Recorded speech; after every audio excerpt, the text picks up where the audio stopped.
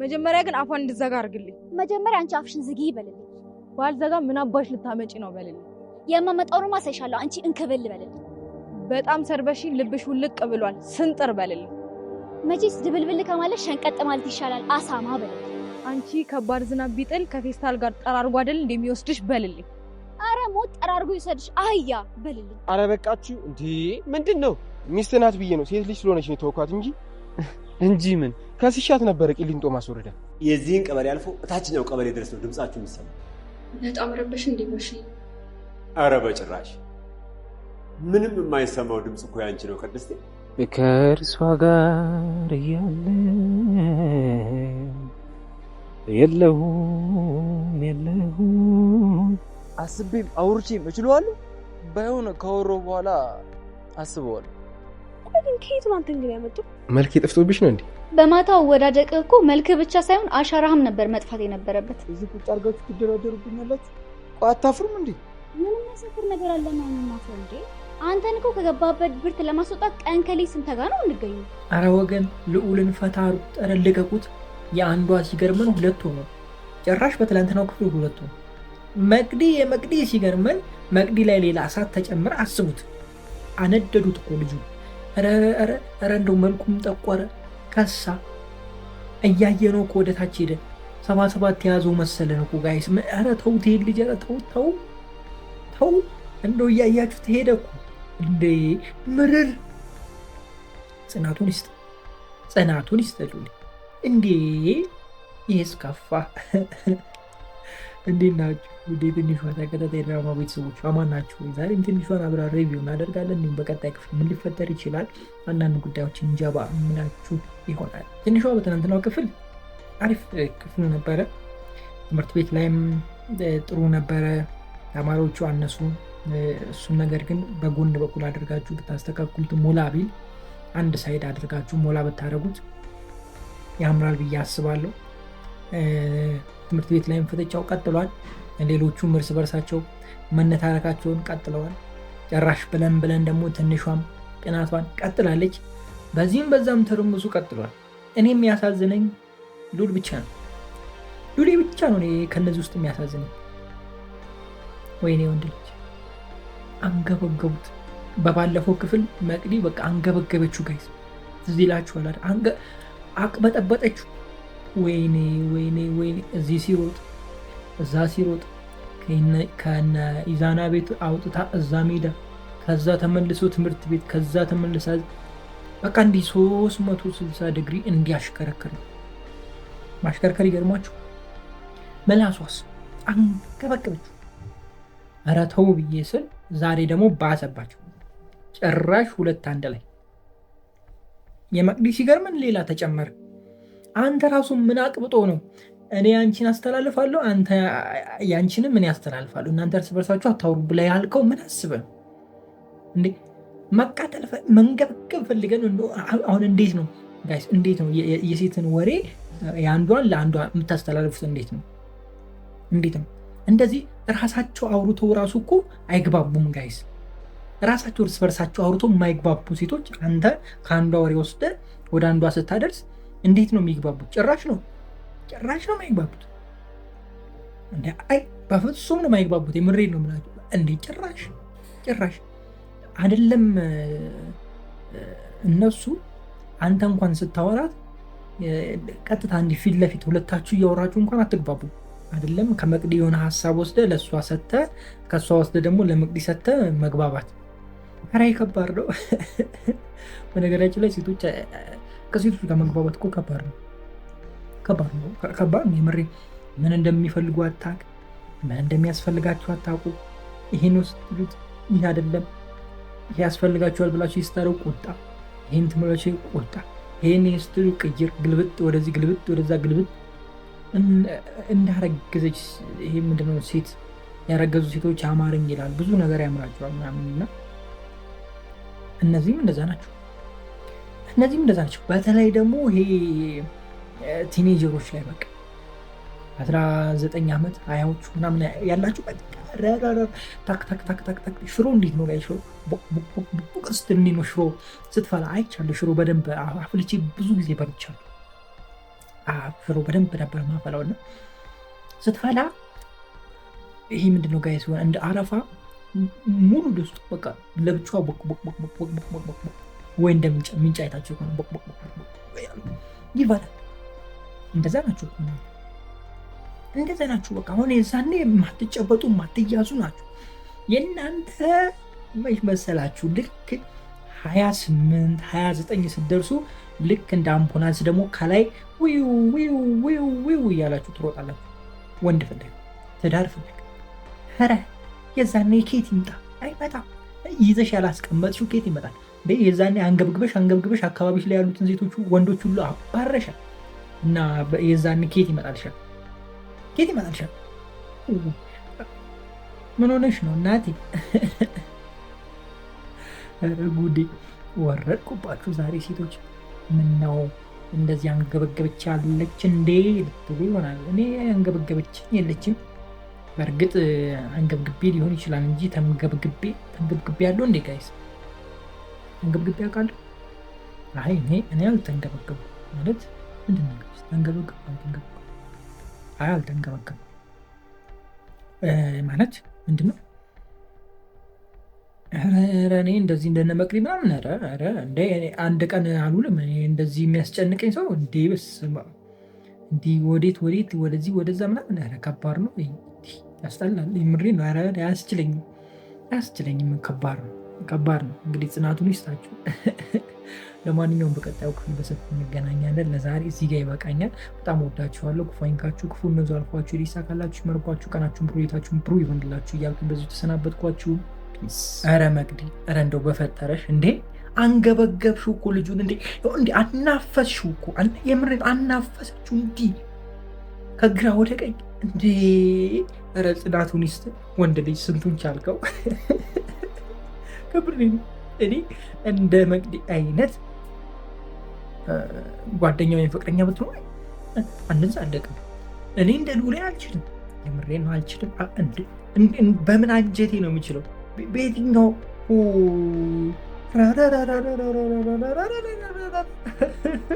አንቺን በሩቁ የያዝልን እንዴ። እንደ መቅዲ ያላችሁ ሴቶች ማለት ነው አደራችሁ ይኸውላችሁ ለፍቅረኛችሁ ወተት ቶሎ በየቀኑ ቢያንስ ቀዝቃዛ ወተት ፍሪጅ ውስጥ እንዳይጠፋ፣ ውሃ ይሄ ለህመምተኛ የሚፈላው ምንድነው ሊጡ አጥሚት ሙቅ ምናምን የሚባለው አለ። እሱ ብቻ ይኸውላችሁ ለጨጓራ የሚጠቅም ደህና ነገር ፍሪጅ ውስጥ ሊኖር ይገባል እንዴ። ያለበለዚያ ሰውየው እድሜውን የምታሳጥሙ ደስበታለሁ። እንዴት ናችሁ? ትንሿ ተከታታይ ድራማ ቤተሰቦች አማን ናችሁ? የዛሬን ትንሿን አብረን ሪቪው እናደርጋለን። እንዲሁም በቀጣይ ክፍል ምን ሊፈጠር ይችላል አንዳንድ ጉዳዮችን ጀባ እምላችሁ ይሆናል። ትንሿ በትናንትናው ክፍል በጣም ተመችቶኝ ያየሁት ክፍል ነበረ። የቹቻ ወንድም እንደ ቹቻ ቀልዋጣ ነው። ወዲያም ወዲህ የሚቀላውጣ ከዛ ደግሞ እንደ ቹቻ በቃ ቀኑ ራሱ የማይሰምርበት ቀን አለ። ቹቻን አይታችሁ ከሆነ በቃ እንደዚህ ቀልቃላ ነው። ባልዋለበት ይገባል። ቹቻ ባልተጠራበት ዘሎ ይገባል። ልክ እንደ መቅዲ በቃ እንዳጠብ ነው ጃምፕ ነው የሚገባው ጋይስ። እና ይሄ በቃ ዘሎ ይገባል። እዚህም እዛም ይኸው ተለክፎ ተጨርፎ መጨረሻ ላይ በመቅዲ ተጠቅልሎ ወደ ቤት ገባ። ወይኔ የወንድ ልጅ ውሎ። አንዳንድ ቀን እኮ ጋይስ ውሏችሁ በጣም ከብዷችሁ አያውቅም? እና አጋጥሞ እዚህኛው ቀን እዛ ጋር በኢየሱስ እኔ እንደዚህ አይነት ቀን አሳልፌ አውቃለሁ። እናንተ አሳልፏችሁ አታውቁም? በቃ እንዴ እኔ ራሱ በሰላም መግባቴ ብዬ በቃ ተመስገን ያልኩበት ቀን አውቀዋለሁ። እንዴ በቃ የሆነ የተመታ ቀን በቃ ጋይስ እዚህ ጋር የሆነ ነገር ብልሽት ሲል እዛ ጋር የሆነ ነገር ብልሽት ሲል ከዛ በኋላ ደግሞ ከዚህ ጋር ከሆነ አደጋ ውጥት ስትሉ እዚህ ጋር ደግሞ የሆነ በቃ የሆነ ምድር ላይ ያለ ሰው ሁላ ቅይር ነው የሚልባችሁ። በቃ ያገኛችሁ ሁላ ጸብጸብ ነው የሚላችሁ። እንትን ስትሄዱት ረበስ አጋጥሞኝ ያውቃል እንደዚህ አይነት ቀን እና በቃ ከዛ ሁሉ ውስጥ ወጥታችሁ ቤት ስትደርሱ ምን ያህል ደስተኛ እንደምትሆኑ ቤታችሁ ምን ያህል ሰላም እንዳሉና ምን ያህል እንደሚናፍቃችሁ የዛለት ይገባችሁ። እኔ አጋጥሞኛል፣ ብዙ ጊዜ አጋጥሞኛል። አጋጥሞኛል። ቤቴን ብዙ ጊዜ አልወደውም። የምኖርበትን ቤት አልወደውም። አሁን ያለሁበትን አይደለም፣ በፊት ነው የምላችሁ። ቢኮዝ ስራዬ ውጪ ነው። ጠዋት ነው የምወጣው፣ ማታ ነው የምገባው። በቃ ከቤታችን ጋር አንገናኝ። ዝም ብሎ ተዘግቶ የሚውለው ዝም ብለን ነው የቤት ኪራይ የምንከፍለው። ውሎዬ ቢሮዬ ነበር የነበረው፣ ስራ ቦታ ነበር የነበረው። ከዛ ደግሞ በቃ አዲስ አበባ ስናስሳት ነበር የምንውለው። ቁጭ አይደለም፣ በጣም ብዙ ነበረ ስራ፣ ሩጫ የበዛው ነበርና እንደዛ አይነት እንትን ሲፈጠር እንደዚህ አይነት ቻሌንጅ የተፈጠረብኝ ቀን ቤቴ የገባሁለት ማለት እፎይ እንዲህ ቤት እንደዚህ ናፍቃል። የሆነ አዲስ ቤት የገባኝ እየመሰለኝ የተከራኘሁት ቤት የግሌ እየመሰለኝ እና ቴንኪው ብልበት ጊዜ ነበር በጣም አስታውሳለሁ። እና የሱቻ ወንድም ይሄንን ያስታወሰኝ። ብቻ ሁሉ ለመልካም ነው ያልፋል። አልፎ ደግሞ ልክ እንደዚህ ቁጭ ስትሉ ረፍ ስትሉ ተመስገን ማለት ትልቅነት ነው። በነገር ሁሉ ማመስገን መልካም ነው እና ብቻ እሱን አስታውሶኛል። እኔ አሁን ፍትህ ለልዑል ማለት እፈልጋለሁ። ልዑሌ እንዴ አንገበገበችው እኮ ጋይዝ። ልጅቱን አይታችሁታል? እየተቋቆረ እኮ ነው ልጁ እኮ ጠቆረ እኮ ጋይዝ። ጠቆረ፣ ቀጠነ፣ እንዲህ ሲጣለ እኮ ሚዝማር ሆነ እኮ እንዴ። ኧረ እባክሽ መቅደር እንደው ፈጠረሽ እንደው ሌሎቹ ላይ ተንጣጪ፣ እሱን ቢያንስ ተንከባከቢ። ወይም ደግሞ ቅድም እንዳልኩሽ መግቢያ ላይ ሞቁንም ውሃውንም ወተቱንም ሊጣሊጡንም ብቻ የሆነ ነገሩንም ፍሪጅ ውስጥ አድርጊለት። ሊጡ ፍሪጅ ውስጥ ይደረጋል እንጃ ብቻ ፔርሙዝም አድርጊው ፍሪዝም ብቻ አድርጊው አስቀምጭለት። እንዴ ዋናው መጠጣቱ ነው። በቀዝቃዘም ገባ በትኩስም ገባ ያው እዛ ውስጥ ይቀዘቅዛል አለ ወይስ ይፈላል? ብቻ ያው አንገበገብሹ እኮ ልጁን። የምሬ ነው። እያየ ነው እኮ ልጁ ከሳ፣ እያየ ነው እኮ ልጁ ከሰለ እኮ እንዴ። ከሰል ከሰለ ነው የሚባለው። አሁን ከሰል ከሰለ ሳይሆን ልዑል ከሰለ ነው የሚባለው እንዴ። የምሬ ነው። እንደው እባካችሁ የምሬ ነው። ሴቶች አትጨቃጭ። ባይዘው አንድ ቁም ነገር ልንገራችሁ። ወንድ ልጅ የሚፈልገው ምን ታውቃላችሁ? ሰላም ነው የሚፈልገው፣ እረፍት ነው የሚፈልገው። በተለይ ትዳር ውስጥ ሆናችሁ ሪሌሽንሺፕ ውስጥ ሆናችሁ ማለት ነው። በጣም ወንድ ልጅ አሁን ለምሳሌ ስራ ውሎ ሲመጣ በጣም ዲስተርብ ያደርገዋል። የስራ ጫና አለ፣ ከስተመር ሊያበሳጨው ይችላል፣ ሰራተኛ ካለው ሰራተኛው ሊያበሳጨው ይችላል፣ ስራ ሊበላሽ፣ ብዙ ጫና ውስጥ አልፎ ይመጣል። የቤቱ ሲመጣ ምን ለማድረግ ነው? በሌል ነው። እዛ ውጭ ጭቅጭቅ ጨርሶ ቤትም ጭቅጭቅ የሚጠብቀው ከሆነ ዲስተርብ የሚያደርገው ትዳር ከሆነ ወይም ደግሞ ይሄ የሚረብሽ አይነት ሪሌሽንሽፕ ከሆነ ወንድ ልጅ ሰላሙን ካጣ፣ እዛ ጋም ሰላሙን ካጣ በቃ ምንም ኮንፈርት አይሰማም። ወዲያው ነው በቃ ትዳሩን የሚተው ወደ ውጭ የሚወጣው ማለት ነው። እና ወንድ ልጅ ከምንም በላይ ሰላም ይፈልጋል። እና ሴቶች ደግሞ ወንድ ልጅ ፍጹም ሰላም መስጠት አለባችሁ ለሱ ብዬ ነው የማስበው። በየቀኑ በየእንትኑ ምናምን የሚጨቃጭቅ እኔ በጣም የሚያስጠላኝ። ለምሳሌ ቤት ማዘርና ፋዘር ጨቃጨቃሉ ምናምን እና አሁን እግዚአብሔር ይመስገን እድሜም ሲሄድ ነው መሰለኝ። በፊት በጣም በቃ ዱላም አለ ምንም አለ ልጆች እያለን እና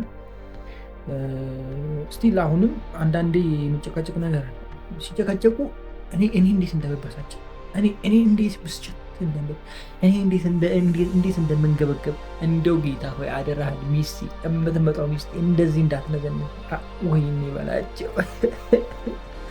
የምሬን በጣም ነው የሚደብረው በጣም። ምክንያቱም እኔ ውጭ እንትን ብዬ አሁን ለምሳሌ እኔ ውጭ አሉጣ እዚህ ስራ ላይ ውዬ ከኮምፒውተር ጋር አይኔ ፈዞ አብጦ አይምሮዬ ደንዝዞ ራስ ምታት ይዞ ምናምን ከዚህ ወጥቼ ደግሞ እረፍ ልል ስል ከእሷ ጋር ጭቅጭቅ እኔ እንዴት ነው የምኖረው? እና ብልህ ሴት ለባሏ ሰላም ነው ቅድሚያ የምትሰጥ። ከዛ በኋላ ነው ሁሉ ነገር የሚቀጥለው ብዬ ነው የማስበው። እና ሰላም ስጡ። ሰላም ከሰጣችሁ በኋላ ብዙ ነገራችሁ ይስተካከላል። እመኑ። ሰላም ስጡት፣ ፍቅር ስጡት። በቃ ከሁሉ በላይ ግን ወንድ ልጅ ሪስፔክት መደረግ አለበት። ይሄ ሰላም ስታወሩት በሰላም ስታወሩት በፍቅር ሪስፔክት አድርጋችሁ ስታወሩት ብዙ ነገር ይቀይራል። ማነው ከች ከቻሳ ያለው እቤት ማን ነው የመጣው? እነ ኢዛና ጋር የመጣው ማን ነው? በሩን እንደዚህ በኃይል ያንኳኳው ማን ይመስላችሁ? ቹቻ ወይስ ሐረግ ወይስ ደግሞ እኑ ነች? ምን ትላላችሁ? እንደኔ ሀሳብ ግን የመጣው ከነዚህ ውስጥ የለም። ማን እንደሆነ ነግራችሁ። ከዛ በፊት እንዴት ናችሁ ውድ የትንሿ ተከታታይ ድራማ ቤተሰቦች አማን ናቸው ወይ? ዛሬም ትንሿን አብረን ሪቪው እናደርጋለን። እንዲሁም በቀጣይ ክፍል ምን ሊፈጠር ይችላል አንዳንድ ጉዳዮችን ጀባ እንላችሁ ይሆናል። ትንሿ በትናንትናው ክፍል ባሻ በቃ ፈታ እያደረገን ቀጥሏል። ክፍል ውስጥ ይመቻቸው። ግን አነሱ ተማሪዎች፣ እውነት ለመናገር አነሱ። እንትን ብታደርጉ አሪፍ ነበረ። በአንድ ሳይድ አድርጋችሁ ግማሽ ሪከርድ ብታደርጉ አሪፍ ነበር። ይሄ ወደ አንድ አድርጋችሁ ለምሳሌ በአንድ ሳይድ ያለውን ወይም በአንድ ግድግዳ በኩል ያለውን ትታችሁ መሀል ላይ እና በአንድ ጎን ያለውን ብቻ በትጠቀሙ ኑሮ ያበደ ይሆን ነበር። ወይም ደግሞ ዝም ብላችሁ የሆነ ሰው ብትጨምሩ ያው ወጪም ላለመውጣት ነው፣ ይገፋናል ያለንበት ሁኔታ። እሺ ወደ ቁም ነገራችን እንመለስና ማነው ቤት የመጣው ነው አይደለ የኛ ጥያቄ። ቤት የመጣው ቹቻ አይመስለኝም፣ ሐረግም አትመስለኝም። አንድ ነገር ግን እንዳትረሱ የቹቻ ወንድም መጥቷል። ስለዚህ የቹቻ ወንድም እነ ኢዛና ቤት መጥቷል ማለት ነው። በኃይል በር የሚያንኳኳው እሱ ነው፣ ሌላ ሊሆን አይችልም። ትዝ ይላችሁ እንደሆነ ከዚህ በፊት በነበረው ክፍል ወይም ደግሞ የትላንትናው ክፍል ሳይሆን መጀመሪያ የቹቻ ወንድም የመጣበት ክፍል እነ ልዑሌ ቤት በኃይል ነበር በር ያንኳኳ። ማን እንደዚህ በኃይል በር የሚያንኳኳው ብሎ ሲያወሩ ነበር። በቃ እቺን ካስታወሳችሁ ማን እንደመጣ ማወቅ ትችላላችሁ። አደንግጡ፣ ተሽከማቀቁ። ይሄ ካልሆነ እኔ እቀጣለሁ ስላችሁ እቀጣለሁ። እችላለሁ። ስክሪፕቱ እኔ ጋ ነው ያለው። ከኔ ጋ ነው ስክሪፕቱ እነሱ ጋር የሚሄደው። ከኔ ጋ ነው ድርሰቱ ወደ እነሱ የሚሄደው። እኔ ያልኩት አይቀርም። እሺ በትናንትናው ክፍል ባሻው ክፍል ውስጥ በቃ አሪፍ ነገር ነበር ያሳየን።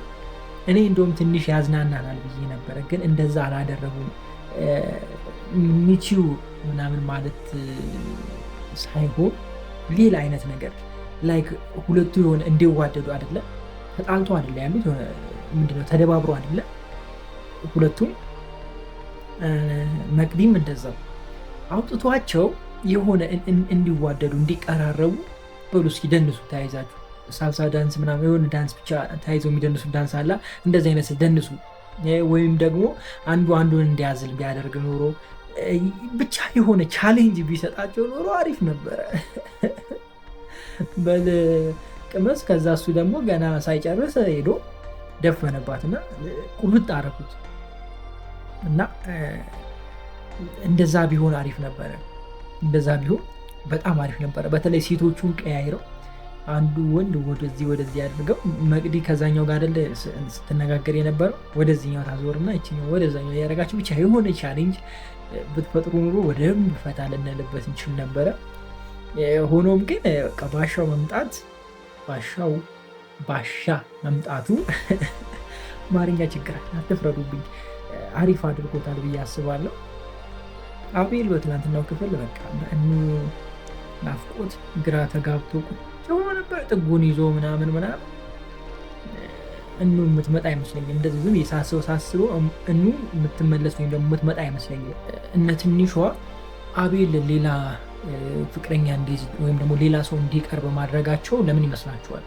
እኑ እንደማትመለስ ለማሳየት ይመስለኛል። እና እንደዛ አይነት ነገር ተሰምቶኛል። እነ ኪዱ ደግሞ ምን ሆናችሁ ነው እናንተ? ምን መጣባችሁ? ምን መቶባችሁ ነው የምትጨቃጨቁት? ኧረ ተው። ለነገሩ እኮ የኑሮ ውድነቱ ነው። የዘንድሮ የኑሮ ውድነት ሁሉን ነው የሚያጨቃጭቀው። የማያጨቃጭቋል እንደ ጋይስ የኑሮ ውድነቱ ከራሳችሁ ጋር ራሱ ያጨቃጭቃችኋል፣ አይደለም ከሰው ጋር። የዘንድሮ ባሰ። ሀይ የሚለው ግን ጠፍቷል። የምሬን ነው የምላችሁ። በጣም እየከበደ ጫናው እየከበደ ነው። እውነት ለመናገር ማለት ይሄ ላይክ እኛ ጋር እንደዚህ አይተን አናውቅም። ይሄ ይከብዳል። የምሬ ነው። በዘመናችሁ እንደዚህ አይነት ነገር አይታችሁ ታውቃላችሁ? በቃ ዴይሊ እኮ የሆነ የሚሻሻል ነገር የለም። በቃ ዴይሊ ወደ ላይ እያደገ ነው የሚሄደው። የብር መግዛት አቅሙ እያነሰ እየሄደ ነው እና በጊዜ ይሄ ነገር ሀይ ካልተባለ በቃ ይሄ ሀገራችን ምንድን ነው የሚሆነው? የሚያብለጨልጭ አሁን ኢትዮጵያ በጣም አምሮባታል አይደለ? ዛፉ አለ፣ ዲምላይቱ አለ፣ መብራቱ አለ፣ አስፋልቱ አለ። ግን ያው ውሃ ይሞላዋል። እሱን አሁን ካላስተካከልቱ አይታችኋል። ባለፈው ጀሞ ቦሌ ኧረ ያልሞላበት አለ እንዴ ጋይስ? እና እንደዚህ የሆነ ከላይ አሁን ለምሳሌ ይሄን አይታችኋል። ይሄ ነጭ ልብስ ነው ያምራል አይደል? እንደዚህ ከላይ ስታዩት፣ ከውስጥ ግን ምን እንደለበስኩ ታያላችሁ። ያ ማለት ነው በቃ ይሄ ገጽታዋ ፊት ለፊት ላይ የሚያምር አድርገው፣ ከዛ ውስጧ ግን ምኑ ለጌጥ ውስጡ ለጌጥ ነው ውስጡ ለጅብ ነው የሚባለው የሆነ አባባል እንደዛ አይነት እየሆነ እየመጣ ነው። ነገሮች ከአሁኑ ፈር ካላገኙ ወደማይሆን ወይም ደግሞ ወደማይጨበጥ አይነት እንትን ውስጥ እንገባለን። እንግዲህ አንድ ሻይ ለመጠጣት 1 ሚሊዮን ብር ለማውጣት እንገደዳለን ማለት ነው። እንደ ሌሎቹ ሀገሮች አሉ አይደለ? አይ ቲንክ ኢራን መሰለችኝ ብራቸው በጣም እንትን ነው፣ ርካሽ ነው ብራቸው ብዙ ነው። የሆነ አንድ ሻይ ለመጠጣት መዓት ብር ይዛችሁ ነው የምትሄዱት እና ላይክ 1 ሚሊዮን ብር ይዛችሁ ልትሄዱ ትችላላችሁ አንድ ሻይ ለመጠጣት። ይሄን ያህል ነው ብራቸው የወደቀውና ይሄም የኛም አካሄድ ወደዛው እንዳይሆን እፈራለሁ አንዳንዴ ዝም ብዬ ሳስብ። እኔ ግን እንደዚህ አይነት ነገር አውርቼ አላውቅም። ዛሬ ለምንድን ነው ያወራሁት? አርፌ ያልቀመጥም ሰዎች